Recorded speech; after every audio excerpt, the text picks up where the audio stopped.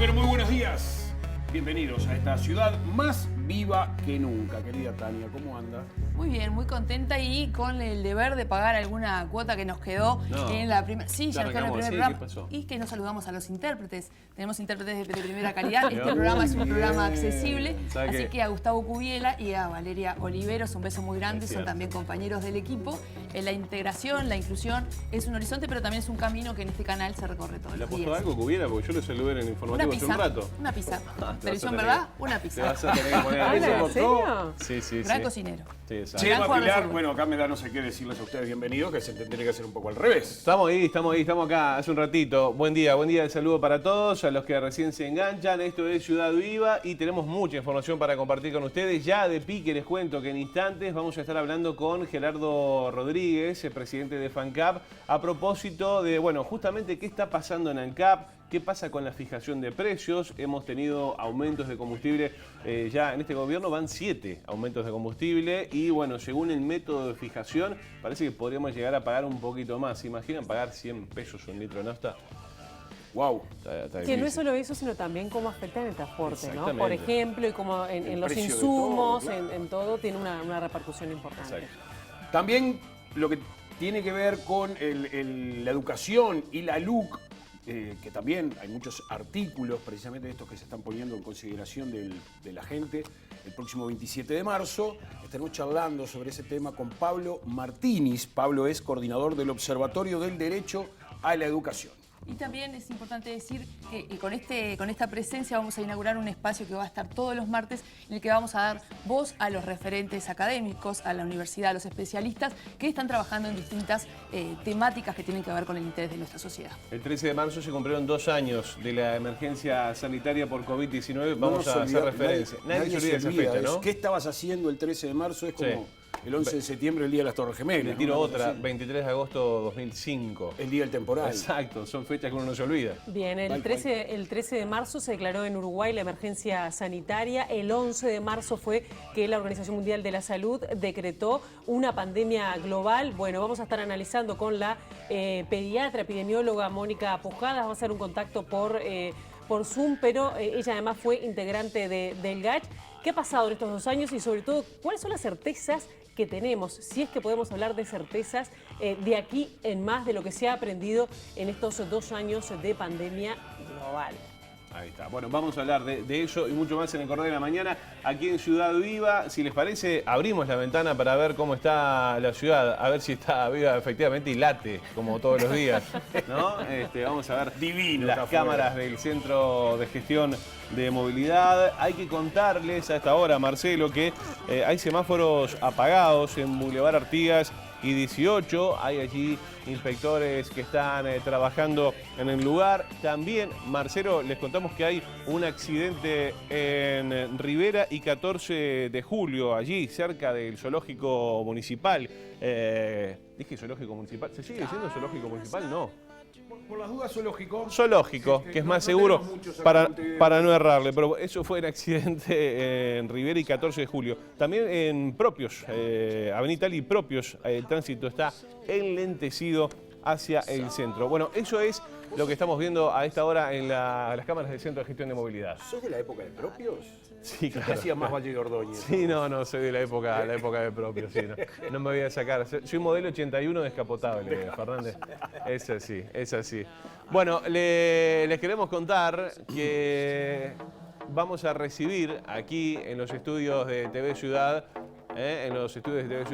a Gerardo Rodríguez, presidente de FANCAP. Ustedes saben, la fijación de precios de combustibles es uno de los temas que, bueno, ha dado que hablar en los últimos tiempos. Para hablar de esos asuntos, también de cómo está la situación de ANCAP, entre otras cosas, tuvo un ida y vuelta con el presidente Luis Lacalle Pou ayer. Sí, señor, por el tema, fundamentalmente por el tema del Portland, pero lo vamos a... Es la le P de vamos a ANCAP. preguntar. ¿Cómo? La P P de de ANCAP, ANCAP, sí, exacto. Nos quedaremos...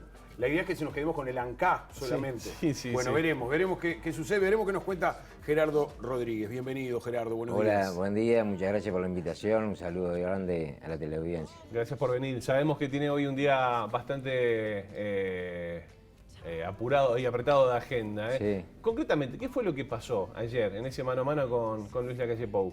En realidad nosotros le fuimos a decir al presidente, nosotros tuvimos una reunión el año pasado con él, le entregamos una propuesta de los trabajadores para mantener el área cementera, la industria cementera en la órbita estatal, nos dijo que le iba a estudiar, que todavía no había ninguna decisión y cuando la tuviera nos iba a convocar y que íbamos a ser los primeros en enterarnos. Y nos enteramos por la prensa.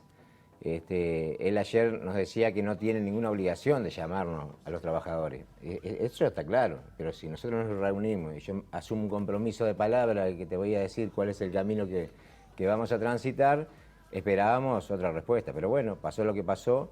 Pero también esto no es producto de la casualidad. La gente está sufriendo muchísimo. Los combustibles suben, eso se desemboca, digamos, en que sube el azúcar, el pan, la carne, los fideos, el arroz, todo. Indudablemente el gobierno cometió un error grosero con el método de fijación de las tarifas y ante la evidencia de los hechos que nos rompen los ojos, porque esto no lo pueden desmentir, todos los vecinos y vecinas que nos están mirando saben que cada vez el dinero le cuesta menos. Cuando van al supermercado, a la panadería, a la carnicería, la bolsita con la que vuelven es cada vez más chica, no llegan a fin de mes, la gente la está pasando mal.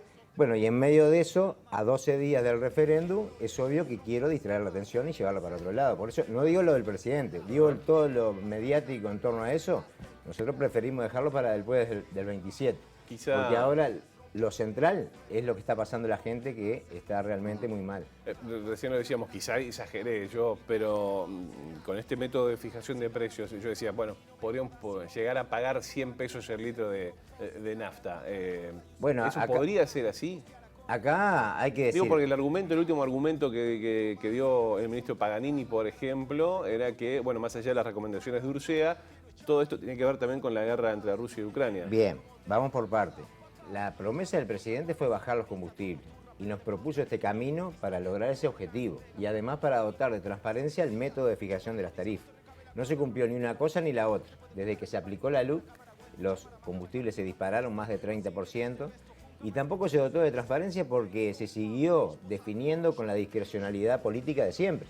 Porque a veces se aplica, otras veces no se aplica, si hay ganancias, si no hay ganancias. Bueno, en realidad la transparencia, la única transparencia que hay en el tema de los combustibles es decir que es una definición política.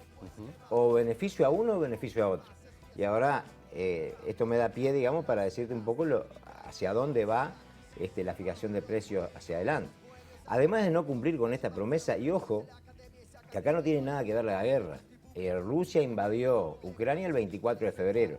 Y el precio que tenemos de los combustibles se corresponde al mes que va entre 25 de enero y 25 de febrero. Así que el tema de la guerra por ahora no afectó, obviamente que va a afectar, pero todavía no afectó. Y acá vamos a un elemento muy importante. El tema, la característica fundamental del mercado del crudo es los vaivenes permanentes. Si ustedes ven el histórico del precio del petróleo, desde hace 50 años, siempre sube y baja, tiene subidas abruptas y bajadas del mismo modo. Porque guerra hubieron siempre, en la década de los 80 Irán e Irak, en el 91 la del Golfo Pérsico, en el 2003 la guerra de Irak, en el 2001 el ataque a las Torres Gemelas, en 2006 el ataque a las instalaciones petroleras de Nigeria, en 2011 Libia y Siria, 2014 Ucrania, huracanes, crisis económica, expansiones económicas. Quiere decir que eso es la característica fundamental de ese mercado. El gobierno decía que estaban preparados, y si estás preparado, lo primero que tenés que conocer es el mercado, ¿no? Cómo reacciona. ¿Qué tenía Uruguay antes de eso? Una paramétrica que lo que hacía era aplanar el precio, los vaivenes del mercado internacional. Cuando el crudo estaba bajo, ANCAP acumulaba ganancias que luego las utilizaba para absorber esa subida. Entonces, al mantenerse plano, vos definías la tarifa el 1 de enero y por lo general estaban todo el año igual, o tenían una pequeña variación. Todo el sistema productivo, el productor rural, el que tiene una industria, el pequeño comerciante, el que tiene una distribuidora, sabía que el peso del combustible iba a tener el mismo impacto durante todo el año. Y eso genera certeza. Y a su vez genera también estabilidad en los precios de los productos de primera necesidad, que eso es lo que le importa a la gente. Que no le suban todos los días. Ahora con esta forma estamos con el corazón en la boca, porque fíjense ustedes que con esto de la guerra, Si la guerra sigue 6, 7, 8 meses, todos los meses vamos a seguir subiendo, no sabemos qué va a pasar el 1 de abril, porque como te decía, todavía no se vieron los efectos. Si el crudo se dispara a 140, 150 dólares como estuvo hace pocos días, el 1 de abril vamos a tener un aumento de 15 a 20% y eso otra vez va a desembocar en aumento de carne, de pan, de huevo, de harina, de arroz. Bueno, es preocupante para la gente que la está pasando muy mal. Ahora, Gerardo, estos artículos de la LUC que se pretenden derogar en el referéndum son producto de una transacción entre el oficialismo y la oposición para evitar la desmonopolización. ¿Fue así esto? O sea, estos artículos fueron votados incluso por los parlamentarios de la oposición. Sí, acá había una propuesta que era peor que esta. Ahora, en el universo, digamos, de lo malo, quedarse con lo menos malo. Nosotros desde el primer momento dijimos que esto era contraproducente para la gente, que iba a pasar lo que pasó. Lamentablemente no le erramos. Nos hubiese gustado errarle. El tema es que ante un error, ¿cómo actuamos? Esto es lo que le reclamamos al gobierno. Si vos pensaste de buena voluntad que este era el camino y fracasaste y ves que esto no funciona, que no es por ahí y que la consecuencia de eso lo paga la gente, tenés que tener la humildad de decirle, vamos a revertir esto y vamos a hacer que la gente no siga sufriendo. Porque a veces se dice muy livianamente, bueno, ¿y qué van a hacer? ¿Van a lo que suben en el mercado internacional o lo trasladás o ANCAP se tiene que hacer cargo? Y muchas veces se utiliza, digamos, en ocasiones extraordinarias, tomar medidas, digamos, para que no suba la inflación, para que no se disparen los precios, porque los que más pagan son los que menos tienen. Ahora subieron los combustibles, era lógico que iban a subir los alimentos y el gobierno piensa tomar medidas del control de precios. Esto es economía básica. La primera medida que tienen que haber tomado es no toque las tarifas. Es de primero de... Suben las tarifas, sube todo. Y sí, y bueno, está claro que darle certeza al mercado es fundamental. Y si ANCAP tiene que absorber alguna pérdida como lo hizo antes, seguramente no. Va a bajar el crudo porque pasó siempre y cuando baje el crudo se equilibran los números. O sea que ahora no tenemos amortiguador, por decirlo de alguna Exactamente, manera. Tú lo dijiste. El ANCAP, el Estado oficiaba como amortiguador. Y los vaivenes, eso que yo te decía del mercado internacional, en lugar de caer en el bolsillo de la gente, los absorbía ANCAP. Cuando bajaba, que va a bajar, la gente no sufría, porque yo les pregunto, ustedes piensan, vamos a partir de la base que el gobierno de buena fe, cuando baje el crudo, baja el combustible. ¿Ustedes piensan que esto va a ser trasladado a precio? ¿Que las góndolas del supermercado van a bajar los productos? Seguramente no. Históricamente nunca ha sucedido eso. Exactamente, por lo tanto esto oficia como una presión alcista a los precios de primera necesidad. Lo que sube no baja ahí. Ahora, ¿qué pasa con la transparencia a la que aduce el gobierno en este caso? Dicen que este es un sistema mucho más transparente que antes. La transparencia es decirle a la gente que esto es una decisión política. ¿Por qué? ¿Por qué pagamos Imesi 28 pesos por cada litro de nafta? Es Imesi. Podíamos pagar 14, podíamos pagar, no sé, 7, 10. Es una discrecionalidad, una decisión política de grabar esta actividad. ¿Por qué paga IVA el gasoil? Podría grabarse otra actividad, los depósitos de uruguayos en el exterior, por ejemplo, y sacar el IVA al gasoil para que el sistema productivo tuviese un gasoil de menor precio. Bueno, estas cosas son decisiones políticas. Por ejemplo, en el primer semestre de 2021, el gobierno decidió subsidiar a los sectores agroexportadores durante la siembra de soja y de arroz. Y lo hizo con el dinero de la gente. Pusimos 117 millones de dólares para subsidiar sectores que están acumulando más ganancias que nunca, ¿no? Las ganancias que están acumulando el sector agroexportador son extraordinarias. Y a ellos lo subsidiamos. Pero ahora queremos sacar el subsidio al supergas y al flete. Entonces ahí hay una decisión política. Beneficio a unos, a los sectores agroexportadores, a los maya oro, y perjudico a otros. Por ejemplo, en la LUC, en el artículo 237, encomienda al Poder Ejecutivo a elevar a la Asamblea General un proyecto de ley de revisión total de los combustibles. ¿Qué es lo que tiene ese proyecto? Vieron que se creó el factor X. Factor X, el 57% del factor X es el subsidio al supergas. Y en un periodo de 3 años, en esa propuesta que se elevó a la Asamblea General, en 3 años se propone eliminar, es decir, van a eliminar el subsidio al flete. Esto quiere decir, que una garrafa que cuesta 700 y pocos pesos va a costar el doble. Bueno, eso también es una decisión política. Subsidio a los agroexportadores y le saco el subsidio a la gente, a los más pobres, que van a tener que pagar el doble por la garrafa. Esto es lo que vamos a decidir el 27 de marzo. Hay un subsidio al flete que hace que el combustible cueste lo mismo en todos los rincones del país. Nosotros a veces naturalizamos esas cosas, pero en Artigas, en Salto, en Cerro Largo, se paga lo mismo que en Montevideo. Eso es porque ANCAP pone 30 millones de dólares para que suceda, ¿no? Claro. Una política social. Ahora, si dicen que no lo va a pagar más ANCAP y que lo van a pagar la distribuidora, ¿ustedes piensan que una multinacional va a poner 30 millones de dólares para que los uruguayos y uruguayas en el interior del país paguen el combustible al mismo precio que en Montevideo? Seguramente cuando se desregule, que está pensado en 3 años, el precio, que va a haber diferentes precios, el que esté más lejos de Montevideo va a pagar más. Se va a trasladar. Gerardo, nos queda un minuto. Vamos a hablar del Portland. Sí, con lo que empezamos, digamos. ¿Qué es lo que propone justamente la Federación sobre el negocio del Portland en este caso? Nosotros tenemos un horno que está en contenedores en un campo que está bien. El presidente dijo que estaba podrido. ¿Se puede usar? Por supuesto, pero hizo una auditoría ANCAP en diciembre de 2020. Nosotros le vamos a pedir al presidente que dé las pruebas de las afirmaciones que hizo, ¿no? Es grave que el presidente diga que está podrido el horno y en base a eso tome decisiones cuando el horno está en perfectas condiciones. Obviamente con el desgaste que pueda tener, digamos, por estar 7 años sin colocarse, pero está para colocarse y puede producir. Y eso nos permite bajar el costo de producción de $150 la tonelada a 100. Nosotros lo que decimos que Uruguay, como otros estados, como la gran mayoría, para salir del estancamiento económico, haga inversión pública. Eso genera puestos de trabajo en Paysandú, alrededor de 1000, que ayuda a bajar el desempleo, que es de 13% en Paysandú. Casi la mitad de los sanduceros no llega a tener las necesidades básicas cubiertas. Y que luego, digamos, de esa reactivación económica que puede servir para este momento, posicione a ANCAP con una perspectiva de poder producir en igualdad de condiciones con la competencia, porque yo te exijo que compitas con Cielo Azul, que se instaló recién en Uruguay, que tiene tecnología de punta, y te pido que lo hagas con la herramienta que tenía hace 50 años. Bueno, es imposible. Si vos no actualizás tecnológicamente a las plantas, no vas a poder competir en igualdad de condiciones. Y eso nos permite bajar el precio. Son capitales transnacionales, pero el tema es que, ¿cómo lo hacés competir? Nosotros tenemos riqueza para producir Portland durante 100 años. Tenemos un déficit de vivienda y también de infraestructura importante. Bueno, lo que estratégicamente, con una mirada de desarrollo nacional, habría que hacer las inversiones en el Portland, porque si bien son 100 millones de dólares, el 1%, que se estima el 1%, digamos, de toda la riqueza en piedra caliza que tiene el Uruguay.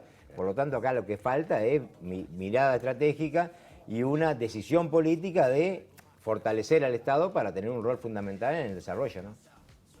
Muy bien, aclarados algunas cosas. Otras, ¿qué va a pasar el 27 de marzo si gana el sí? ¿Qué piensa Gerardo Rodríguez y los trabajadores de ANCAP si gana el sí y se deja de aplicar este mecanismo de la LUC?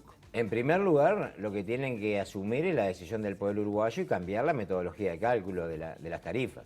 Pero creo que esto es bastante más amplio, ¿no? Va a tener un impacto porque cambia la correlación de fuerza y va a cambiar todo lo que suceda después. Lo que pasa el 27 de marzo prefigura el Uruguay del 2022 y hacia adelante. Tenemos una reforma de la seguridad social. Bueno, seguramente si el gobierno, si se siente respaldado y gana el no, va a pensar que eso es un respaldo a todas sus políticas y nos va a venir con todo. Estamos seguros que el aumento de la edad de jubilación, la rebaja de las jubilaciones, se viene con todo. Si gana el sí, cambia la correlación de fuerza e indudablemente vamos a poder posicionarnos desde otro lugar para defender esos derechos, ¿no? ¿Y qué entienden ustedes por último? ¿Qué pasa con los combustibles si gana el no? Bueno, si gana el no, el 1 de abril indudablemente vamos a estar supeditados de lo que pase entre Rusia y Ucrania, ¿no? Es decir, todos esos vaivenes del petróleo, lo que vamos a generar es una incertidumbre brutal porque no sabemos hasta dónde puede parar esto, ¿no? Porque es diferente que a vos y el gobierno. Esto es como cuando se dispara el dólar, ¿no? Si sale el ministro de Economía y da tranquilidad a los mercados y dice nosotros, el Estado va a tener una actitud proactiva y va a de alguna manera estabilizar esto. Con los combustibles es lo mismo. Si vos decís, bueno, yo voy a responder a lo que pase afuera, y bueno, esto genera incertidumbre. Los formadores de precios se van a poner del lado del resguardo y van a decir, ante la duda, subo. Si no me dan una señal clara desde el gobierno que, independientemente de lo que pase afuera, el Estado va a generar políticas públicas que generen certeza, y eso es lo que necesita en este momento el Uruguay.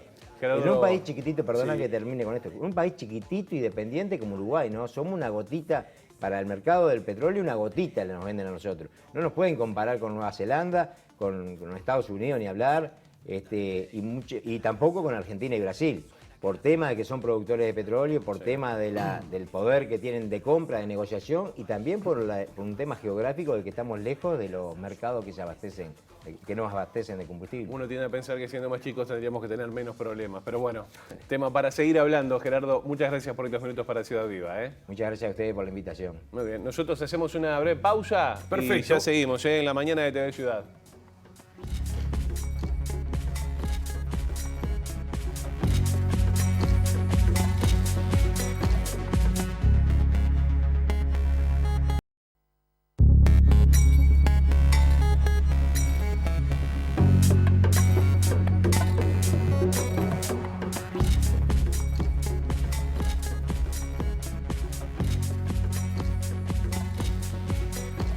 Soleada la mañana. Realmente linda, ¿no?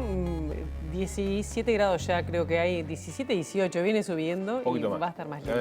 La temperatura en el estudio un poquito más parece. Bastante. Sí, sí, exactamente. Bueno, allí veían las cámaras del Centro de Gestión de Movilidad de la Intendencia de Montevideo y vamos a hacer contacto a esta hora con nuestros referentes allí en la Intendencia de Montevideo. Vamos a hacer contacto como siempre a esta hora con Lucía Gómez del CGM. Lucía, ¿qué tal? Buen día. ¿Qué tal? Buen día, ¿cómo están? Muy ¿Cómo va? bien. ¿Cómo está la Muy mañana, bien. Lucía? Contanos cosas. Vimos que está la mañana bastante soleada, pero tenemos algunos cortes, algunos desvíos, hay algún accidente hasta ahora. Contanos cómo late la ciudad. Bien, les cuento.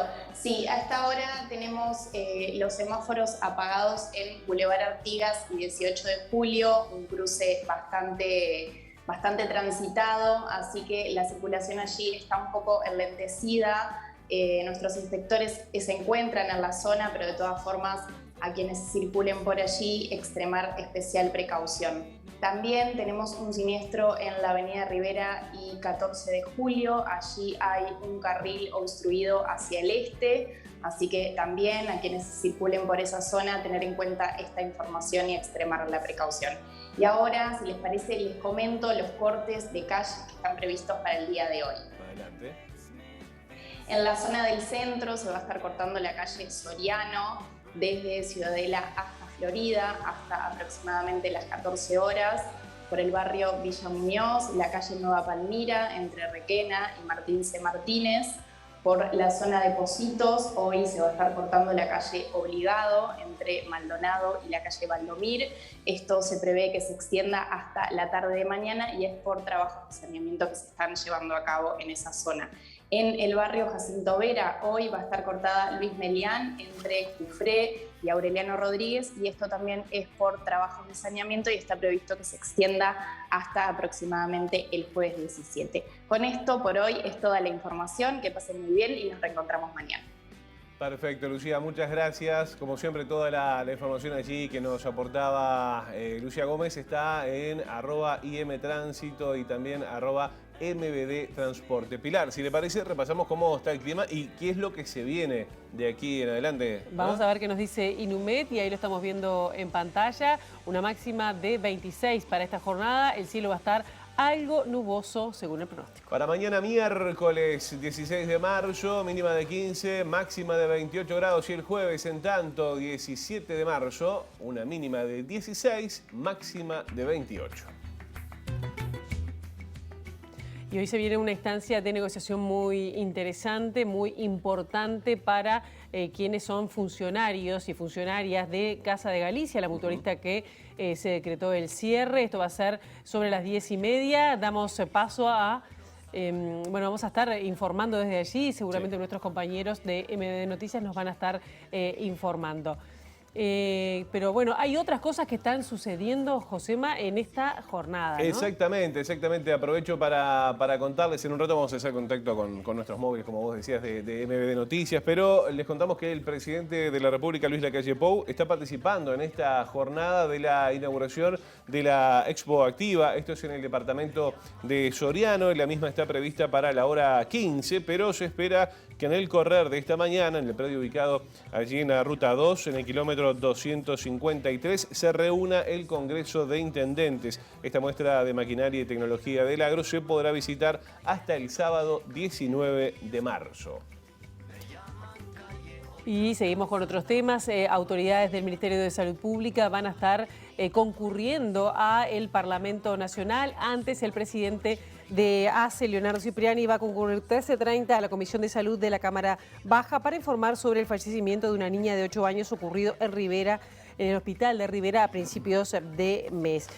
A las 14:30 la misma comisión va a recibir al ministro de Salud Pública, Daniel Salinas, y al subsecretario de Salud, José Luis Satjian, por la situación de la mutualista Casa de Galicia, como así también de sus funcionarios y socios, que esto también lo comentábamos, que se está negociando a nivel del Ministerio de Trabajo, la distribución de los funcionarios. Bueno, aprovecho para contarles otros temas y los vemos en imágenes también allí. Los Ministerios de Turismo y Trabajo, además de INEFOP, van a firmar mañana 4 convenios de capacitación para el sector turismo. Estarán destinados a la población LGTB+, encuestadores de turismo, mujeres emprendedoras en el área de turismo rural y también población afrodescendiente. Esto, como decíamos, este acuerdo que se va a estar firmando, convenios de capacitación entre el Ministerio de Trabajo, Turismo y también el INEFOP. Un hecho que se conoció hace unos días en nuestro país, queremos también tratarlo, y tiene que ver con que la justicia en Uruguay condenó por primera vez en Uruguay a una persona por el delito de transfemicidio. Vamos a recordar que se trata del caso de Fanny Aguiar, cuya muerte ocurrió en el año 2018, en su apartamento, 2018, perdón, en su apartamento de La Comercial. La persona imputada fue su pareja, una persona que lo acompañaba también estuvo como parte de la indagatoria. Estuvimos hablando desde MBD Noticias con el fiscal de delitos sexuales, Raúl Iglesias, que nos explicaba por qué se trata de un crimen de odio y por qué se trata también de un delito de transfemicidio. La Fiscalía en sus alegatos de apertura insistió mucho en el punto de que había que ver quién era la víctima, que era una mujer trans, toda la vulneración de sus derechos que había sufrido durante toda su vida, cómo era el tipo de relación que tenía con el imputado, con su pareja. Y eso la jueza luego lo recoge en la sentencia y hace todo un análisis muy pormenorizado de la normativa internacional y nacional que regula lo que son los derechos de las personas trans. Y por eso concluye de lo que aquí sucedió fue un transfemicidio, fue el femicidio, la muerte de una mujer trans. Nosotros hicimos hincapié que son en estos casos dramáticos donde está la muerte de una persona, donde el Estado debe sancionar como corresponde. Obviamente el Estado también debería darles la calidad de vida que toda persona merece, la dignidad humana, desde el comienzo. Pero bueno, por lo menos que en la muerte se sancione como corresponde. Para nosotros el crimen de odio radica en esta situación en particular, en que la víctima era una persona que no era considerada como tal para el imputado, era como un cajero automático, como una persona que solo le debía dar dinero, y cuando no le dio dinero y se resistió, la mató de 50 puñaladas en forma brutal, salvaje, alevosa. Es eso, es decir, tú sos mi proveedora. Cuando no me servís porque no me provees, te mato. Sos desechable. Es decir, la jueza usa esos términos que son duros, pero es lo que surge de las pericias también y lo que surge de todo el cúmulo probatorio. Es decir, esta persona consideraba a Fanny como su proveedora. Cuando no provees más, te mato. Así de simple. El fiscal ya anunció que va a apelar esta sentencia porque entiende que hay que imputarle más años a la persona condenada por que se hizo con alevosía, como estaba recién explicando. Y también por ver la participación, determinar la participación de la persona que acompañaba a la al hombre hoy imputado. También otro de los aspectos por el cual va a apelar tiene que ver con la reparación económica a la familia de la víctima. Pero también estuvimos hablando con Josefina González, activista transfeminista, quien participó en la última etapa de esta investigación en esta fiscalía, porque la investigación pasó por varias fiscalías hasta que finalmente cayó en esta de delitos sexuales y explicó lo que significa la tipificación por primera vez de un transfemicidio. El fallo para nosotras es algo histórico, creo que para todo el país y sobre todo para Latinoamérica también. Hacer el primer fallo con estas características en Uruguay, el segundo en Latinoamérica, en toda la historia de los pueblos. Así generamos un equipo multidisciplinario desde diferentes disciplinas, gente de comunicación, antropología, psicología y trabajadora social para asesorar a la Fiscalía y todas las personas que conformamos ese equipo. Tenemos formación en disidencias sexogenéricas o en diversidad sexual y nos interesaba hacer el seguimiento de cerca de este caso en particular, que era el primero llevado a juicio oral y público en nuestro país. Es importante tipificar con las figuras legales correspondientes porque fundamentalmente conocen los hechos bajo sus características. Estos tipos de asesinatos tienen unas características propias y muy particulares que hacen a los temas de opresiones y de violencias, que en todas las identidades caen o recaen de manera diferente esas violencias en los cuerpos. Con el caso de Fanny fueron 9 asesinatos a compañeras trans, 7 fueron perpetuados durante el año 2011-2012, de los cuales de esos 7 solamente 2 tuvieron responsabilidades, por ende quedan 5 impunes todavía o sin contar con culpables o responsables. Esos 5 casos en este momento están en investigación en Fiscalía. Genera un cambio institucional desde el punto de vista jurídico, pero también a nivel social y cultural. Y entendemos de que sí, de que de aquí en más los futuros casos, que ojalá que no hayan, se puedan tipificar bajo esta figura y con la gravedad que corresponde. Una de las cuestiones que comentaba Josefina tiene que ver con que antes prácticamente no se investigaba, no se iba mucho más allá, por eso es tan importante que este caso además fue impulsado por la familia de la víctima, algo que a veces ni siquiera la familia, es decir, porque son personas que a veces son apartadas o excluidas de la familia de origen, por eso también es la relevancia, ¿no? Es muy fuerte todo lo que contaba tanto Josefina también, ¿no? Como lo decía el fiscal, durísimas las declaraciones del fiscal. Bueno, vamos a cambiar de tema. Nos vamos a ir, ya estuvimos con el CGM, estuvimos temprano con Luca Veloz en MBD Noticias, abrimos la puerta una vez más, nos vamos a exteriores, y en este caso con el señor Mauricio Pérez. Bienvenido a Ciudad Viva, ¿cómo le va? Buen día. Buenos días, Josema, buen día, Pilar. Nosotros nos encontramos aquí frente a la sede del Ministerio de Trabajo porque sobre las 10:30 de la mañana se va a estar dando el inicio formal de las negociaciones por lo que son los puestos de trabajo de la mutualista Casa de Galicia, que está en proceso de negociación. Se trata de unas negociaciones que se van a extender este martes y también el día miércoles, referido a cómo va a ser la distribución de los trabajadores entre las 4 mutualistas que van a tener que van a tomar los funcionarios de Casa de Galicia, que son Universal, CUDAM, Círculo Católico y el Hospital Evangélico.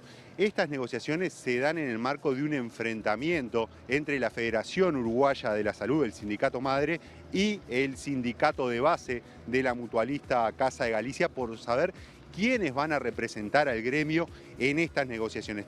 Sabemos que en las últimas horas se definió que las negociaciones en este caso van a estar a cargo de representantes de la FUS, de 2 representantes de la Federación Uruguaya de la Salud, pero los trabajadores de Casa de Galicia pretenden también integrar la negociación. Las diferencias que se dan entre la FUS y el sindicato base de Casa de Galicia refieren a cómo se procesó la negociación en el ámbito en las negociaciones con el gobierno, cómo tuvieron estas negociaciones y cómo fue el proceso de salida para la institución que está, como recordamos, en proceso de negociación, ya que los trabajadores de Casa de Galicia insisten en intentar mantener las fuentes de trabajo en la institución, que todos los trabajadores mantengan sus fuentes de trabajo, y están trabajando en una salida con un inversor extranjero, así como están haciendo muchos de los usuarios de Casa de Galicia, y recordamos todos los procesos judiciales que están en marcha vinculados con un planteo de inconstitucionalidad que presentaron decenas de usuarios de Casa de Galicia sobre la ley que implicó el cierre, la liquidación de la empresa, la distribución de usuarios y la distribución de los funcionarios. Como decíamos Josema, como decíamos Pilar, sobre las 10:30 de la mañana van a estar comenzando las negociaciones que se van a extender entre el día de hoy y entre el día de mañana. Estaremos ampliando la edición mediodía de MBD Noticias.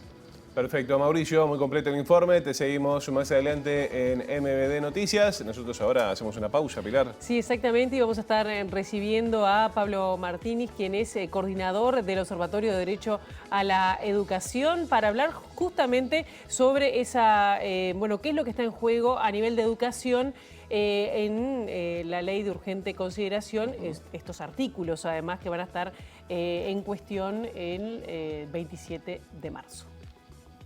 Una pausa y nos vamos. Vamos.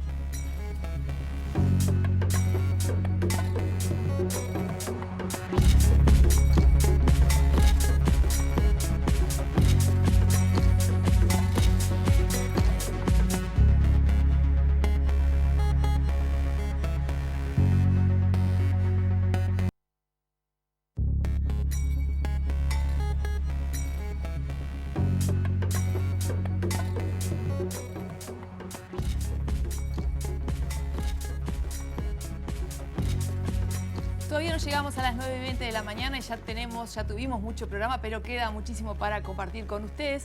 Y vamos a abrir este bloque recibiendo a Pablo Martínez, coordinador del Observatorio del Derecho a la Educación. Es una novedad para nosotros estar inaugurando con el observatorio este espacio en el que vamos a tratar de dar voz a especialistas, a la academia, sobre distintos temas de interés social. Y el observatorio en particular tiene esta novedad que hay que contarle a la gente, porque es algo muy nuevo, en noviembre del 2021. En noviembre. Antes déjame decirte que para nosotros también es un privilegio estar inaugurando este espacio, realmente muy agradecidos, digamos, por poder tener este espacio de intercambio, de conversación. Y como decías, efectivamente, en noviembre del año pasado largamos el Observatorio del Derecho a la Educación, que intenta hacer un espacio que problematice las cuestiones educativas, pero desde algunos ejes diferentes a los que están establecidos en los debates, digamos, más al uso. Nosotros tenemos muchos diagnósticos sobre educación, tenemos muchas estadísticas. La educación uruguaya está sobrediagnosticada. Por eso nosotros no hicimos un observatorio de la educación, de eso hay mucho, claro, sino del derecho. Poniendo el énfasis en esto, bueno, ¿quién es el sujeto del derecho a la educación? ¿Sí? Bueno, son los niños, las niñas, los adolescentes y también los jóvenes y los adultos, con una idea de educación a lo largo de toda la vida. Pero mirando ahí, ¿no?, en los sujetos del derecho. Cuando hablábamos fuera de micrófono, que a veces hay que explicar a la gente el para qué de las novedades, y el observatorio en este corto recorrido del tiempo ha tenido en los hechos la practicidad, la necesidad de estas miradas. Por ejemplo, con su primer dossier, la elaboración de dossiers abiertos al público en la página web del observatorio, que seguramente estará en algún momento en pantalla para que la gente pueda acceder, fue sobre pandemia, y este en particular, el último del que vamos a hablar en el espacio de hoy, es sobre la LUC. ¿Cuál es la intención de este segundo dossier? Sí, la intención del dossier y la intención del observatorio en general es intentar generar miradas plurales sobre los problemas educativos. Más allá de las posiciones que uno naturalmente puede tener, en educación siempre tenemos posición, la idea del observatorio es decir, bueno, es un espacio universitario y a nosotros como universitarios nos rige una ley, que es la Ley Orgánica de la Universidad, que establece que necesariamente nosotros tenemos que generar insumos para la comprensión pública de problemas que son de interés general. Y si será necesario en este debate de la LUC poner un poco de argumentación entendida, respetuosa, lejos de esta polarización que estamos viviendo durante todos estos meses y sobre todo en estas últimas 2 semanas. Este dossier en particular, ¿qué visiones recoge? 4 eran, ¿no? Bueno, tenemos 4 columnas. Entonces nosotros buscamos en esto de pluralidad de miradas actores que sean actores relevantes, que tengan una palabra fundamentada, en este sentido que vos decís que es tan importante, con argumentos, ¿no? Argumentos que defienden la posición que uno porta, no que descalifican la posición del otro, porque así se forma el debate. Ni la posición ni el sujeto, porque Bueno, hablabas de sujeto. por supuesto, vivimos una época en la cual el debate político parece ser un debate de descalificaciones, ¿no? Y en estas 4 visiones seleccionadas, ¿cuáles eligieron, qué personas, qué personalidades se eligieron a favor, cuáles en contra? ¿Por qué querés empezar? Sí, nosotros pedimos 4 perspectivas, como te decía, buscando que fueran personas de relevancia en el ámbito educativo, y la verdad que tuvimos la generosidad de parte de ellos y de ellas de responder rápidamente y afirmativamente a la invitación. Por un lado tenemos la perspectiva de la doctora Adriana Aristimuño, que hoy por hoy es la directora de Planificación Educativa en el Consejo Directivo Central de la ANEP, una actriz clave, digamos, en el proceso de políticas educativas actuales, que, bueno, plantea sus argumentos a favor del mantenimiento de la ley. Tenemos también la posición del magíster Renato Perti, docente en la Universidad Católica, bueno, un actor que mediáticamente en los últimos años está muy asociado al colectivo EDUI 21, que también plantea su respaldo e inclusive en su perspectiva la necesidad de profundizar algunas transformaciones. Y en lo que tiene que ver con las perspectivas críticas, que son favorables a la derogación de estos artículos, por un lado tenemos un planteo del maestro Pablo Caggiani, que actualmente integra el Consejo Directivo del Instituto Nacional de Evaluación Educativa, pero fue consejero de Educación Primaria en representación a los docentes y tiene una larga trayectoria. Y también tenemos la posición de la maestra Elvia Pereira, secretaria general de la Federación Uruguaya de Magisterio y hoy por hoy también secretaria general del PIT-CNT. O sea que realmente son opiniones consistentes, de peso. Nombres de peso, por otra parte, más allá de los argumentos, en ese respeto por 2 posiciones que están respaldadas por personalidades de la educación.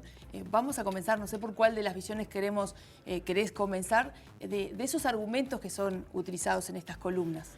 Claro, uno podría decir quizás un corte puede ser por temas, ¿sí? Y entonces ahí uno tiene perspectivas que discuten sobre estas cuestiones, ¿no? Por ejemplo, un tema muy importante que está a consideración en la Ley de Urgente Consideración es el lugar de la educación pública en el conjunto de la educación nacional, ¿no? Entonces ahí uno tiene 2 posturas, digamos, quienes defienden el mantenimiento de la ley, que dicen, bueno, es necesario incorporar también en los ámbitos de coordinación del sistema educativo actores de la educación privada y a otros actores de lo público que hasta ahora no participaban en esos ámbitos, como la educación militar, la educación policial, el INAU y toda otra serie de organismos que tienen que ver con lo educativo. Digamos, allá hay un planteo de que la coordinación de la educación en el país requiere esa participación amplia y el punto, que es el punto de discusión, que requiere la participación de los actores privados particularmente. Quienes discuten, digamos, estas perspectivas en este punto lo que señalan es que debería diferenciarse, por un lado, lo que significa el Sistema Nacional de Educación Pública, que la LUC ha derogado, ¿no?, para dejar simplemente un Sistema Nacional de Educación, que debería tener un papel central y protagónico, y estos otros actores participar en otros ámbitos consultivos, ¿sí? Allí hay una diferencia importante que parte aguas, sobre todo tiene que ver con la participación de los actores privados en la educación. Este es un gran punto de debate. Un segundo gran punto tiene que ver con las formas de gobierno de la educación, ¿sí? Como ustedes saben, hay un punto que está muy en discusión, que es la eliminación de los consejos de educación en primaria, en secundaria, en educación técnico-profesional, que tenían 3 integrantes estos consejos, donde había 2 designados por las autoridades y 1 electo por los docentes a través de una votación universal dentro del orden. Bueno, quienes sostienen la relevancia de eliminar esos consejos, lo que sostienen es que se elimina un componente burocrático que dificulta la gestión y que tener una sola persona al frente de estos organismos facilita la gestión. Por el otro lado, lo que tenemos es que se dice, bueno, se elimina el carácter colegiado de estos consejos, que supone la posibilidad del debate y del intercambio, pero además particularmente se elimina la participación de los docentes. Y este es un punto también que parte aguas con respecto a decir, bueno, los docentes también deberían estar participando de estos consejos. Este segundo punto es también clave. ¿Existe algún otro punto en el que exista esa dualidad tan importante? Sí, yo te podría mencionar dos más, probablemente son muchos, pero te puedo mencionar dos más. Uno muy relevante en nuestro país es el lugar del Ministerio de Educación y Cultura en la estructura general del sistema educativo. La LUC le otorga nuevas competencias al Ministerio de Educación, por ejemplo, la participación en la definición de las políticas educativas, a través del Plan de Política Educativa Nacional y del Compromiso de Educación. Quienes defienden esa estructura dicen, bueno, en todos los países del mundo los ministerios intervienen en la definición de las políticas educativas. Quienes están en contra de esto lo que están señalando es, bueno, pero Uruguay es un caso específico, que constitucionalmente prescribe que la educación será regida por entes autónomos, donde el poder político no debe intervenir. Este es un punto que también parte aguas y para nosotros en la sensibilidad, digamos, de la educación en Uruguay es clave. Y el último que te diría tiene que ver con los centros educativos. Porque viste que vamos de cuestiones más globales, de cómo se gobierna el sistema, las instituciones, a los centros educativos. Aquí también, esto tiene que ver con el artículo 193, hay un debate, porque hay algo en lo que todo el mundo está de acuerdo, que es que los centros educativos deben tender a tener planteles estables, ¿sí? No esa rotación permanente de docentes que no permite tener un proyecto educativo sostenido. El asunto es cómo se logra esto. Y ahí de nuevo tenemos un conjunto de visiones contrapuestas. Por un lado, quienes defienden la ley en su actual, digamos, estructura, lo que dicen es, bueno, los directores podrían tener la competencia de seleccionar los planteles docentes, ¿sí? Que se les podría ser otorgada por las autoridades del sistema. Quienes discuten esto dicen, bueno, ese no es el camino, eso no es la forma, podría generar esto discrecionalidad en cuanto al director en relación con su colectivo docente, pero además afectaría derechos adquiridos por parte del personal docente y afectaría los derechos que tienen que ver más bien con el aspecto laboral de acceso a la fuente de trabajo. Yo creo que esos 4 puntos, y si uno lee, por supuesto invito, digamos, a todos los televidentes a leer las columnas porque profundizan en estos aspectos, organizan y estructuran el debate. Pero qué interesante y qué bien le hace a la población y al periodismo en particular estar cerca de la academia, porque te planteé en esta entrevista, columna, porque vos sos un especialista, este espacio va contigo y con otros referentes, va a estar presente siempre en Ciudad Viva, te lo planteé en términos de personas. Y está bueno que también desde la universidad aprendamos a discriminar en contenidos y no en figuras esta discusión. Yo creo que es importante, es muy importante eso que decís, porque lo que tenemos que poder ver son posturas y los debates en función de las posturas y sus argumentos. No, vos le podrías decir, bueno, ¿y a vos qué te parece? Bueno, a mí me parecen algunas cuestiones, pero que en este sentido de generar insumos para el debate no son tan relevantes. Lo relevante acá es poder mostrar las posturas y apostar al discernimiento de la ciudadanía, que dice, bueno, a ver, efectivamente, esto es lo que está en discusión, esto es lo que está en juego, y yo tomo una decisión pensando, bueno, que esto puede ser positivo más o menos positivo. Pero el poder discutir sobre posiciones, nos está faltando eso. Discutir sobre posturas, sobre argumentos. Se ha puesto de moda una frase que es, dato mata relato, ¿no? Y con esto parece ser que hubiera verdades absolutamente naturales, objetivas, y después gente que dice cosas sin tener idea. Bueno, en realidad, toda construcción es un relato, que se nutre de algunos datos. Entonces, está bien, explicitemos posturas, pongámoslas en juego, y el libre juego plural democrático tiene que ser contraponerlas y que cada uno pueda tomar una postura haciendo uso de su propia libertad de elegir. Sin duda, este observatorio seguirá siendo una herramienta fundamental para el colectivo, para los periodistas. Supongo que se darán otros pasos para acercar aún más, lo que implica las redes sociales, una página web, a la población, para estar cercana a la gente. Totalmente. De hecho, ustedes pueden seguir al observatorio también en sus redes sociales. Estamos en Twitter, estamos en Facebook, estamos en Instagram. Como verás, estamos muy ayornados.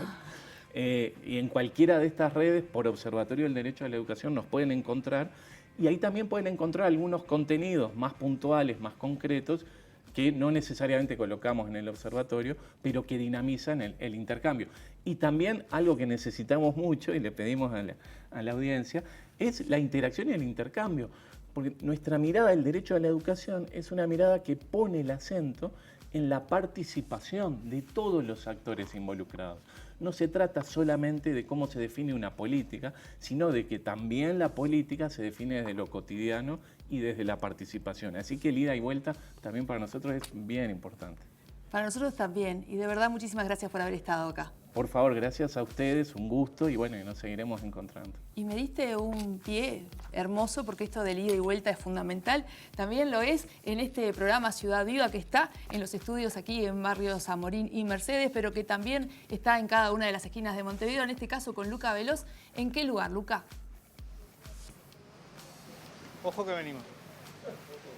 Ojo que venimos. Acá, ¿eh? Es importante, en todo sentido. Con Erika. 1, 2, 3, 4, 5, 6. ¿Sí? Lucas no me está escuchando. A ver si me estás escuchando, el Lucas. espacio de la Plaza 33. Ahora sí, perfectamente te escucho, Pilar. Estamos en la Plaza de los 33 porque se está realizando el segundo encuentro de la economía social y solidaria vinculada con las mujeres. Y estamos con Elizabeth, integrante de la Asociación Civil Plaza Bonita. Desde hace unos meses se arma así mes a mes una feria aquí con los emprendimientos. ¿Cuántos emprendimientos son? Bien, en realidad hace un año que venimos trabajando ya. Arrancamos con el primer encuentro en marzo del año pasado con las compañeras y después hemos venido generando todos los meses un evento mensual.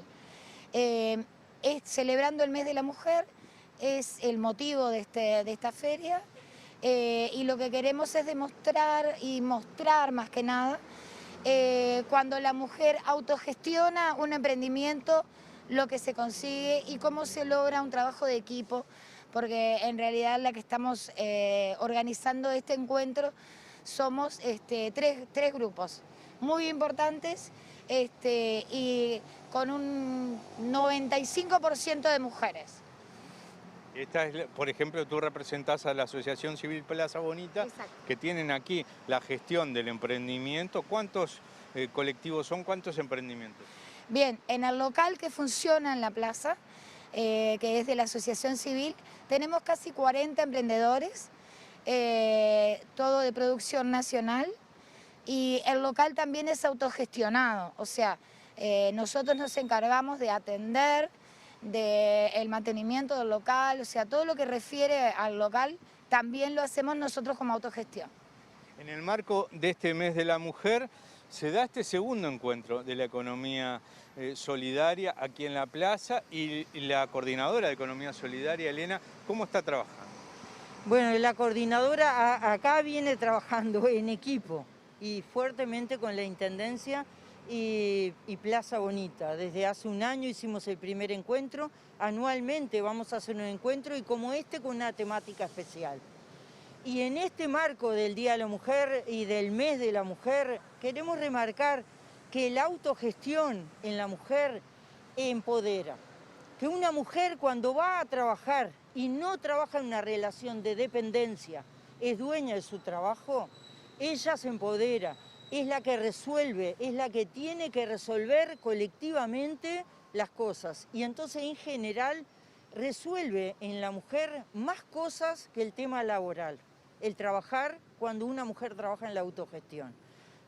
Y una de las cosas que se ven aquí, que esta plaza fue armada enteramente por el colectivo de las mujeres. No había ningún funcionario ni de la Intendencia, la armaron todo, hicieron todo ustedes. Sí, este evento siempre y seguirá siendo autogestionario, es en conjunto con la Unidad de Economía Social y Solidaria, pero no la unidad resolviendo las cosas, es trabajando en conjunto. Y en este evento es más que una feria, no es una feria, es una feria con un encuentro que tiene actividades culturales todos los días, que comienza a las 12:30 que va a cantar una compañera, Beatriz Rodríguez, pero además va a haber talleres. El jueves va a haber talleres de la Intendencia lúdicos, talleres que marcan la pauta cooperativa y autogestionada. Y hoy va a haber un taller a las 4 de la tarde de trueque con sol. Pero todos los días, cultura. Un taller también de creación textil, ¿tá? Y abiertos a recibir propuestas, abiertos también a sumarse. A propósito de la Unidad de Economía Social y Solidaria de la Intendencia, Soledad, ¿por qué esta mirada diferente de apoyo, pero decían ustedes aquí, sin entrometerse demasiado, apoyando? Ahí está. Desde la unidad nosotros consideramos que la economía social es un sector sumamente pujante de la economía, es un sector que históricamente ha apoyado, es un sector que no solamente pone como prioridad el lucro, sino pone en el centro a las personas y sus necesidades, y en el vínculo con otras y en el vínculo con el entorno. Por eso para nosotros es sustancial apoyar estos espacios, apoyar a las organizaciones que vienen gestionando estos lugares, pero siempre desde un lugar de apoyo, pero no decisión, no desde un lugar de contener, sino desde un lugar de potenciar, tratar de generar las posibilidades para que luego las cosas se desarrollen. Como decía, la economía social, creemos, ha sido y sigue siendo un sector sumamente pujante, digamos, un sector donde están los pequeños emprendimientos, donde están las cooperativas, donde hay asociaciones civiles, digamos, sectores a apoyar que lo que necesitan desde el Estado es eso, un espacio, facilitar las cosas, y bueno, desde ese lugar estamos, ya llevamos un año trabajando en conjunto, y bueno, seguiremos estando. ¿Cómo hacer si alguien está mirando la televisión y necesita un impulso, necesita una ayuda? ¿Cómo se comunican? Bueno, yo les diría que nosotros estamos encantados de recibirlos, estamos en el primer piso del edificio anexo de la Intendencia, pero también hay organizaciones de pares que tienen esa función, como lo que es la Asociación Civil Plaza Bonita, que está aquí ubicado en un lugar muy céntrico, muy accesible, que siempre están dispuestos a orientar, a dar una mano, a acercar información. Y lo mismo lo que es la Coordinadora de Economía Solidaria a nivel nacional y la Red de Montevideo.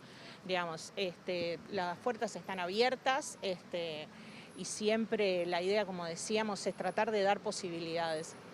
Muchísimas gracias a las tres. Esta es una feria que conocemos desde TV Ciudad porque siempre la acompañamos mes a mes, pero bueno, hoy hasta las 19:30, hoy y durante toda la semana se va a estar realizando esta feria. Hay muchísimas artesanas que están participando aquí y pueden venir a ver lindas cosas. Con nuestra cámara, con nuestro equipo, estuvimos en uno de los talleres, el taller Enredada de Tejido, es uno de los que está aquí. Y así nos contaba Gabriela su historia del emprendimiento, su historia de camino a la autogestión. Lo miramos. Yo no tejía, yo era administrativa en una mutualista de Montevideo. Un día decidí renunciar, irme y dedicarme a esto que lo hacía como un hobby. A raíz de unos talleres que hice de telar, y bueno, y ahí se me abrió todo un mundo de la lana, de los tintes naturales, Nunca tejí. Tejía como todas las niñas que tejen con la abuela, pero no. Dedicarme al tejido desde el 2014 hasta ahora. Yo empiezo a trabajar desde la lana peinada, lavada y peinada, como se ven ahí. Ahora les voy a mostrar los top. De ahí la hilo, le doy los colores que quiero, ya sea con tintes naturales, algunos con tierras de colores, y después pasan al telar. Después de todo un proceso de lavado, pasan al telar. Pedido de Luca Veloz, nuevamente la presencia de Pilar Tejero. Esa confusión de nombres, digamos, ¿no? Dice mi amigo Eduardo García Cardona, realizador del programa de Carnaval y otros grandes éxitos de este canal, que el error humaniza. Nos humanizamos del todo. Debe ser por largo de pelo, Tania, ¿no? Sí. Solo había un sketch, ¿te acordás, argentino? Solo nuestra madre puede reconocernos. Divina Gloria y no me acuerdo cuál era la alta. Ahora, Tania, vamos a hacer una breve pausa porque vamos a estar hablando, como hoy anunciamos, de que ya se cumplieron 2 años de la pandemia y nos quedan todavía muchas dudas. Y bueno, también vamos a preguntar cuáles son las certezas a Mónica Pujadas, quien fue integrante del GACH y también es una médica infectóloga y epidemióloga pediátrica, a quien ha sido además puntal de la Comisión Asesora de Vacunas, que también tenemos algunas dudas respecto a cuántas dosis darse, cuánto darle a los chiquilines. Bueno, también de esto vamos a estar hablando. Sigue siendo un tema muy actual, muy presente y muy cambiante, así que bueno, para el próximo bloque. Ya venimos.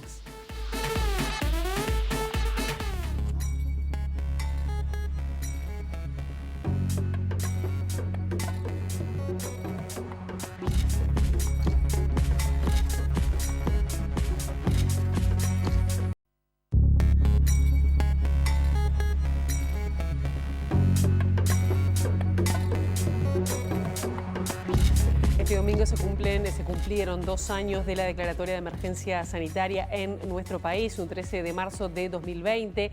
El 11 de marzo la Organización Mundial de la Salud declaró pandemia global por el coronavirus. Para saber, bueno, cuáles son las certezas que hemos conseguido, hablando de la comunidad académica, científica, pero ¿cuáles son los desafíos también en estos 2 años que también fueron de un triste aprendizaje? Estamos ya en contacto con Mónica Pujadas, quien es epidemióloga, infectóloga pediátrica. Mónica, bienvenida. Muchísimas gracias por estos minutos aquí en Ciudad Viva. Buenos días a todos, un gusto poder compartir estos instantes con ustedes. Bien, además decir que, Mónica, que tú integraste el GACH, siendo un puntal, dicho por el propio coordinador Rafael Radi, cuando, bueno, hablamos de ti. Y además estás también un papel muy fuerte en la Comisión Asesora de Vacunas. Eso para ponerle a la audiencia que ya sabe, pero siempre es bueno recordar tu papel. ¿Qué aprendizaje nos dejó como población estos 2 años de pandemia que parece que estamos saliendo del túnel? Bien, en primer lugar, como siempre que reflexionamos sobre lo transcurrido, va nuestra solidaridad con aquellos que perdieron a familiares, ¿verdad? En Uruguay ya llevamos más de 7.000 personas fallecidas a causa de COVID-19 y por otro lado, con más de 800.000 casos también de contagios, a todos aquellos que vieron, digamos, deteriorarse su empleo, su trabajo, su situación económica. O sea que como concepto, y si bien lo sabíamos, creo que esta pandemia como ninguna otra nos dejó esa impronta de que una pandemia es una tragedia social y que como tal la tenemos que enfrentar.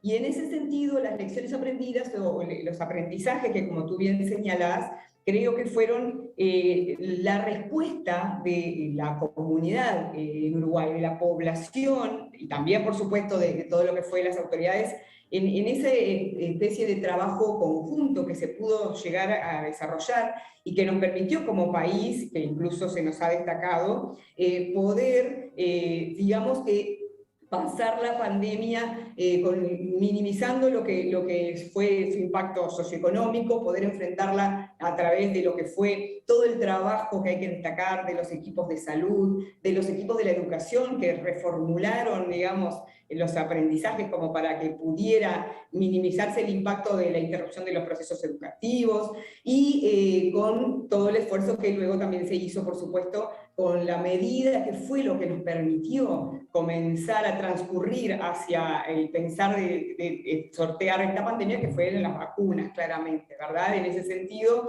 como tú bien señalabas, del Grupo Científico Asesor, siempre sentimos que realmente fue gracias a toda la respuesta que el pueblo uruguayo tuvo frente a ese esfuerzo que se hizo por poder tener la vacunación en Uruguay, que realmente estamos en la situación en que estamos ahora. Que por otro lado, si bien todos pensamos y queremos que termine, la OMS misma ha alertado que todavía no se ha finalizado la pandemia, ¿verdad? Que lamentablemente incluso hay países que tienen empujes grandes, como está pasando en China, como está pasando en Hong Kong, y que entonces es bien claro que una pandemia solo puede darse por terminada cuando termina en todo el planeta, porque además nos desafían permanentemente la posibilidad de aparición de nuevas variantes, ¿verdad?, de preocupación. Claro, pero bueno, creo que eso es un poco lo más destacable, fue todo ese conjunto, digamos, de respuesta que como población creo que pudimos hacer.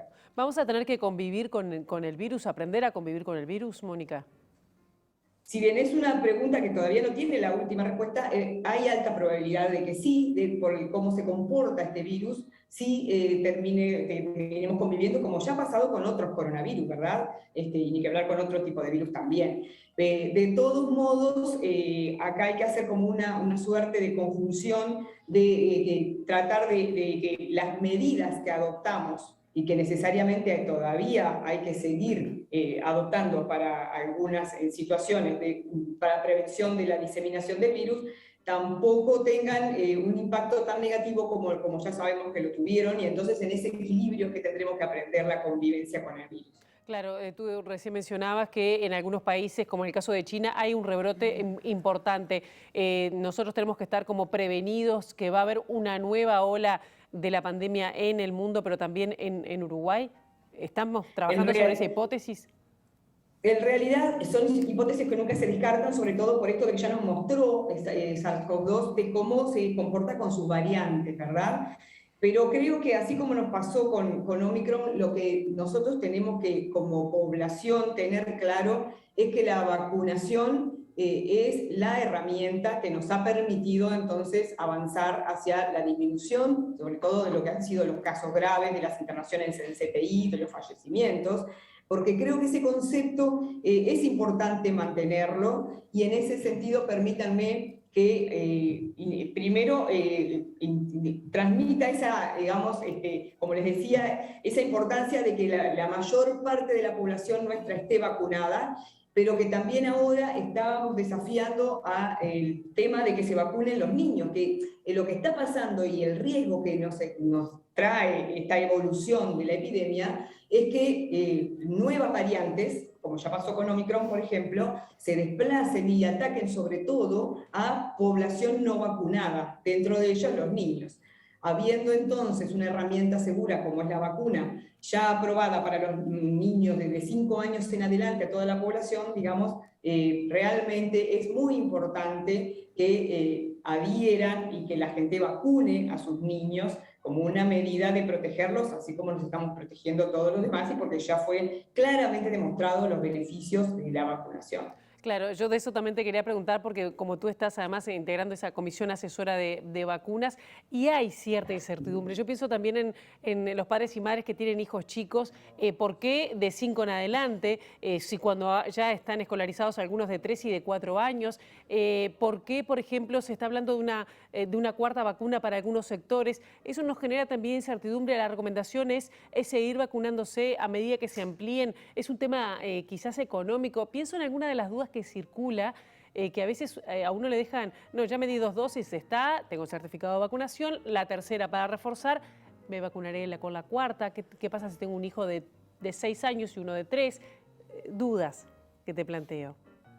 Sí, como en todo este proceso de la pandemia, se fue aprendiendo y seguimos aprendiendo, y necesariamente, y eso fue un poco la estrategia que creo que Uruguay tomó y por eso sus resultados, siempre basarse en las evidencias, por un lado, y en lo que era la experiencia comunicada de otros países que habían transcurrido previamente por la pandemia. Y en ese sentido, cuando se toman decisiones sobre las recomendaciones específicas en vacunas, es porque han surgido evidencias, por ejemplo, de la duración de la protección de los anticuerpos, de los estudios que van surgiendo con vacunas que se pueden aprobar a determinadas edades. De hecho, hay países que están vacunando desde los 3 años con plataformas inactivadas, y hay estudios en desarrollo con vacunas de ARN mensajero para menores de 5 años, pero que todavía no se han aprobado. Y en ese sentido, si son 3, si son 4 las dosis, eso se va viendo justamente con estas evidencias y con esta demostración de cuánto dura la protección.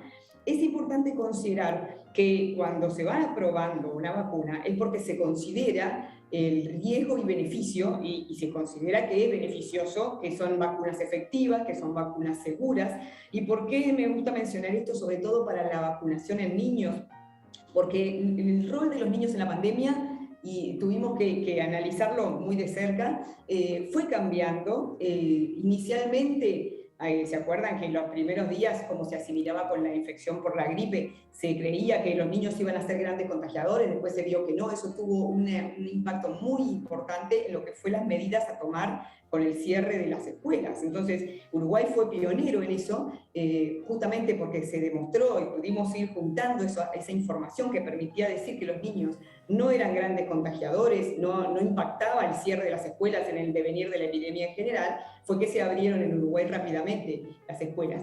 Sin embargo, en la medida en que la vacunación se comenzó a aplicar masivamente, que los adultos se fueron protegiendo, ya fuera por la vacuna o por la enfermedad, necesariamente se comenzaron a ver desplazamientos hacia casos de niños y adolescentes, y en la medida en que fueron entonces surgiendo vacunas que se podían aprobar para ofrecer a estas edades, fue necesario darlas.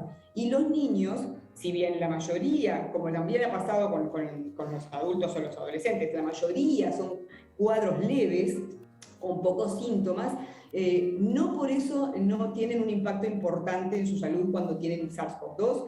Pueden tener además síndromes inflamatorios pediátricos, que es un síndrome específico que se describió para la edad pediátrica, en el que puede pasar que un niño que haya tenido la infección, incluso sin haber cursado con síntomas su infección aguda, semanas después instale problemas cardíacos, digestivos, neurológicos, etc. Esto que, si bien no es de alta frecuencia, es una consecuencia muy grave que puede dar el SARS-CoV-2, y también cada vez vemos más lo que se llaman los síndromes de COVID prolongado, que también es un fenómeno en el que semanas después de haber cursado una infección por COVID, aparecen determinadas secuelas que pueden ser desde problemas respiratorios, problemas de aprendizaje o más sutiles en cuanto a lo cognitivo, pueden ser problemas digestivos también o cardíacos. Entonces, no es inocuo la infección por SARS-CoV-2 en los niños, ¿verdad? Y por otra parte, así como nos protegimos los demás grupos adultos, creo que hay que darle la oportunidad de que ellos también se puedan proteger con la vacuna. Otro concepto que es importante recalcar es que la enfermedad, y sobre todo con la variante Omicron, se vio que no deja una protección muy duradera luego de haber cursado la enfermedad. Se habla de que muy poco tiempo ya caen los anticuerpos y realmente estamos expuestos nuevamente a la enfermedad. Bien. A diferencia de lo que pasa con la vacuna, porque es como una inmunidad controlada que se genera, ¿verdad? Entonces todo esto creo que es importante porque existía esa idea de que a los niños no les pasa nada, más vale que se contagien, y bueno, y eso no es así definitivamente. Bien, Mónica Pujadas, muchísimas gracias por estos minutos. Sabemos que estás entre consulta y consulta, pero bueno, era importante para nosotros tenerte aquí en Ciudad Vía, en TV Ciudad. Muy amable. Muchas gracias y hasta cuando ustedes lo dispongan. Bien, así será. Bien, y nosotros acá seguimos, ¿no? Porque sí, no cerramos todavía, nos quedan unas cuestiones para compartir. Interesante, ¿no? Lo que decía Mónica Pujadas, ¿no? Sí. El tema de la vacunación sigue siendo un factor determinante para tratar de evitar o no contagiar, bueno, te puedes contagiar igual, pero no propagación de la enfermedad. Las vacunas son salvan vidas. No, y además esa cosa que decía, cuando uno pensaba que en esta última variante era como muy suave, era como si fuera un resfrío, decía, bueno, mejor nos contagiamos todos y empezamos las clases, empezamos a trabajar, y es un riesgo también, ¿no? Porque decía, tampoco la inmunidad que te brinda es tanta. Es 100%. Ni es 100%, puedes seguir contagiando, y además esa cuestión de que puedes seguir teniendo síntomas a largo plazo, ¿no? Y la importancia de desdramatizar nuestra propia ignorancia. Cuando escuchamos a grosos de la ciencia, de la medicina, decir esto han sido 2 años de aprendizajes, estos cambios no nos tienen que generar estrés, sino una constatación de que, bueno, esto ha sido un aprendizaje para todos. Estamos prácticamente en el final. Les proponemos, si les parece, repasar una agenda cultural que tenemos preparada para contarles un poco qué es lo que hay para hacer. Por ejemplo, en el marco de las actividades por el Mes de la Mujer, en la Casa de las Ciudadanas se puede visitar la muestra sobre encuentros feministas de América Latina y Caribe, FLAC, que en el año 2017 se realizó en nuestro país. La exposición, que se puede visitar de lunes a viernes de 10 a 19 horas, pretende ser un registro de memoria de la lucha feminista en América Latina y de las mujeres que protagonizan estos encuentros. También en el auditorio Nelly Goitiño, en el día de mañana, se estrena 2084, una especie de versión del clásico 1984 de Orson Welles, George Orwell. Mirá, lo dije mal por George Orwell. Esta adaptación de Eugenia Fajardo y Marcel Sawich incorpora tecnología y problemática actuales proyectados en un posible futuro de ciencia ficción. La obra, protagonizada por Franco Rila y Valentina Borrás, va a permanecer en cartel hasta el próximo 27 de marzo. Bueno, también mañana hay otras actividades. Estamos hablando de Él mató a un policía motorizado, la banda argentina que viene sonando hace más de 10 años con 5 discos en su haber. Yo soy más de Trujillo, le diré, pero mañana está Él mató a un policía motorizado. Ganaron un lugar, obviamente, dentro de la escena del rock alternativo. El show será a las 21 horas en el Teatro de Verano y en esta oportunidad estará presente la banda uruguaya Niña Lobo. Bien ahí, y el próximo 20 de marzo. Para Sí. hacer un chivo, por lo menos que traigan entrada, ¿no, Josema? Bueno, los policías motorizados. Los policías o Trotsky. La niña lobo. Niña Lobo también. Niña Lobo que fue telonera de No Te Va a Gustar hace poquito. Sí, señor, sí, señor. El centenario. Divina banda, Sí. Las Gurisas de Niña Lobo, muy buena, muy recomendable. El próximo domingo, 20 de marzo, la comparsa Valores de Alsina va a estar grabando su disco en la Sala Bá Ferreira, ahí pegadito a la Biblioteca Nacional. Un coro que se los recomiendo a todos, dirigido por Jorge Damsó, el coro de la comparsa Valores, espectacular. Así que es una linda oportunidad para ir a hacer disfrutar ¿Cuándo las me dijo? orejitas. ¿Cuándo me dijo? Domingo 20 de marzo. Domingo 20 de marzo. El próximo domingo. Sí, señor. Exactamente. Bueno, nos vamos.